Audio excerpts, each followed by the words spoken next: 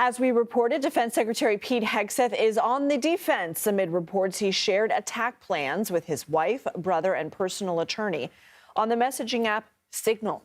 The information was sent the same day he sent similar messages to a different group chat that inadvertently included a journalist. Hegseth's wife is a former Fox News producer who holds no official role at the Department of Defense. And both his brother and attorney hold positions at the Pentagon, but it's still not clear why either would require advanced knowledge of strike plans. In an interview Tuesday with Fox News, Hegseth downplayed the story. What was shared over Signal, then and now, however you characterize it, was informal, unclassified coordinations for media coordination and other things. That's what I've said from the beginning. At the beginning, it was left-wing reporters from The Atlantic who got a hold of it and then wanted to create a problem for the president. This is what it's all about, trying to get at President Trump and his agenda.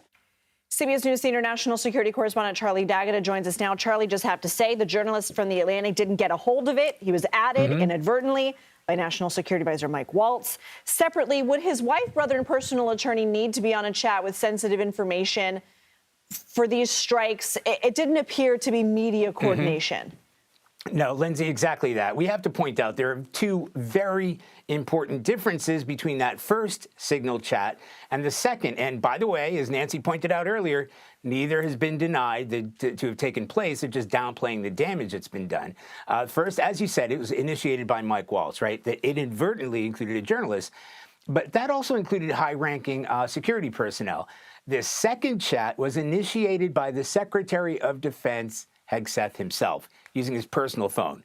To individuals like his wife who would have no reason to know about military strikes against the Houthis, let alone strikes that were actually taking place in real time. Information, as we've reported out before, that if that was intercepted by adversaries, that might have put in danger the lives of U.S. fighter pilots. In that first chat, he shared that information with other security personnel. Not all of them had that sort of clearance. An investigation is underway for that as to whether that information should have been classified and whether it should have been used or delivered on an unsecured network like Signal. But that second chat calls into question his judgment in sharing highly sensitive information, including specific takeoff times, with people who clearly wouldn't have the kind of clearance to know that information. He insisted again, as you said, not classified, instead informal, unclassified coordinations. You mentioned the investigation. Do we know whether the second chat is a part of that yet? We don't know. However, as the Defense Secretary Hegseth pointed out today, and Nancy had pointed out earlier, that first investigation on leaks in general is ongoing, and that is an internal investigation. So whether another investigation has been has been started, it certainly hasn't been shared with us or announced yet. How is the recent shakeups at the Department of Defense affecting its inner workings? Yeah, I've been walking around this building today, and it's toxic. A lot of people are paranoid about speaking in general, and former top spokesman John Elliott wrote a scathing opinion piece over the weekend. He described the situation here as total chaos, a full-blown meltdown.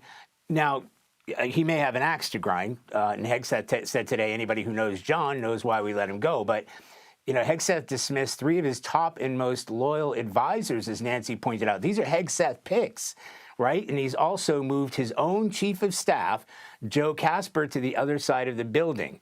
So, yes, it's clear infighting in the inner circle.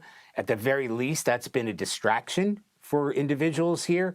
But I think we also have to point out that the way the organization is set up, there's a lot of importance on the COCOMs or the combatant commands, like CENTCOM, for example, where you actually have a fighting war, right, a shooting war against the Houthis. So that is ongoing. We also have the threat of Iran, and CENTCOM is really armed to the teeth about that. So they generally run themselves. But yes, this sort of chaos and the uncertainty of the direction coming from the DOD itself and the head offices here is clearly having an impact on morale.